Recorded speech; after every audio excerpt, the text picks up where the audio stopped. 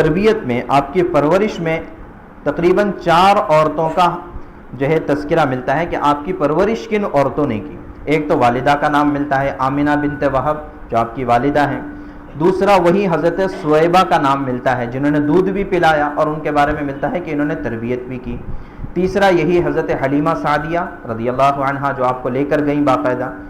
چوتھے یہی حضرت جدامہ جن کو شیمہ بھی کہا جاتا ہے کہ انہوں نے بھی اللہ کے نبی صلی اللہ علیہ وسلم کی پرورش کی ہے، تربیت کی ہے۔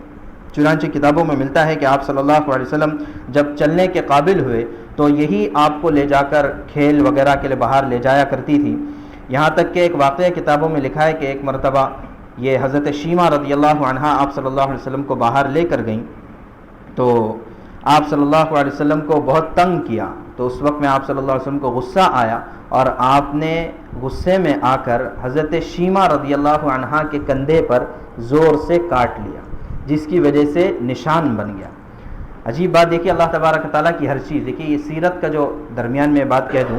کہ اللہ کے نبی صلی اللہ علیہ وسلم کی نبوت سے پہلے کی جو سیرت ہے، نبوت کے بعد کی جو باتیں ہیں وہ سب کے سب اللہ کی طرف سے، وما ينطق عن الهوى ان هو الا وحی یوحى، جو بات بھی آپ فرماتے تھے وہ شریعت تھی۔ نبوت سے پہلے کی جو سیرت ہے آپ صلی اللہ علیہ وسلم کی، اس میں بھی اللہ تبارک و تعالیٰ نے اپنے پیارے حبیب صلی اللہ علیہ وسلم کو تمام عیبوں سے، تمام برائیوں سے، تمام گناہوں سے پاک رکھا اور ایسے ایسے واقعات آپ سے کرائے جو بعد میں چل کے شریعت میں اچھے سمجھے جانے لگے، یہ نیکی سمجھے جانے لگے۔ تو لہٰذا نبوت سے پہلے کی جو سیرت ہے اس میں بھی بہت ساری اچھائیاں ہیں، بہت ساری خوبیاں ہیں۔ تو بہرحال اس واقعے میں ایسا ہوا کہ اللہ کے نبی صلی اللہ علیہ وسلم نے غصے میں جو کاٹ لیا تھا اس کا نشان پڑ گیا۔ یہ نشان ان کو بعد میں چل کر کام آیا کہ غزوہ حنین میں، غزوہ حنین کے موقع پر فتح مکہ کے بعد جب حنین فتح ہوا تو مسلمانوں نے قبیلہ حوازن اور جو طائف والے جو تھے یا حنین والے جو تھے ان کو گرفتار کیا، تو اس میں حضرت شیمہ رضی اللہ عنہا بھی تھی، وہ گرفتار ہو گئی۔ تو انہوں نے کہا کہ میں تمہارے رسول کی رضائی بہن ہوں، دودھ پیتی بہن ہوں۔ تو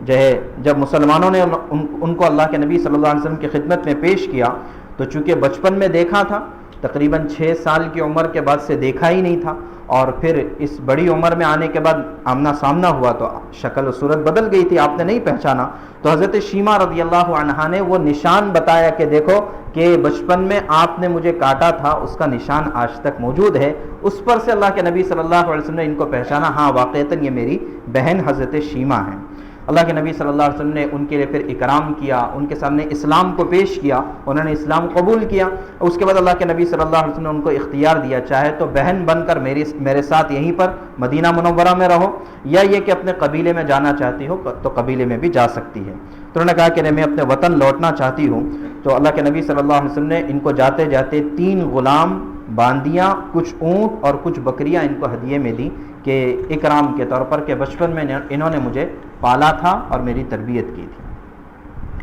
تو اس سے نقطہ یہ نکلتا ہے کہ ہم بھی ان لوگوں کو بچپن میں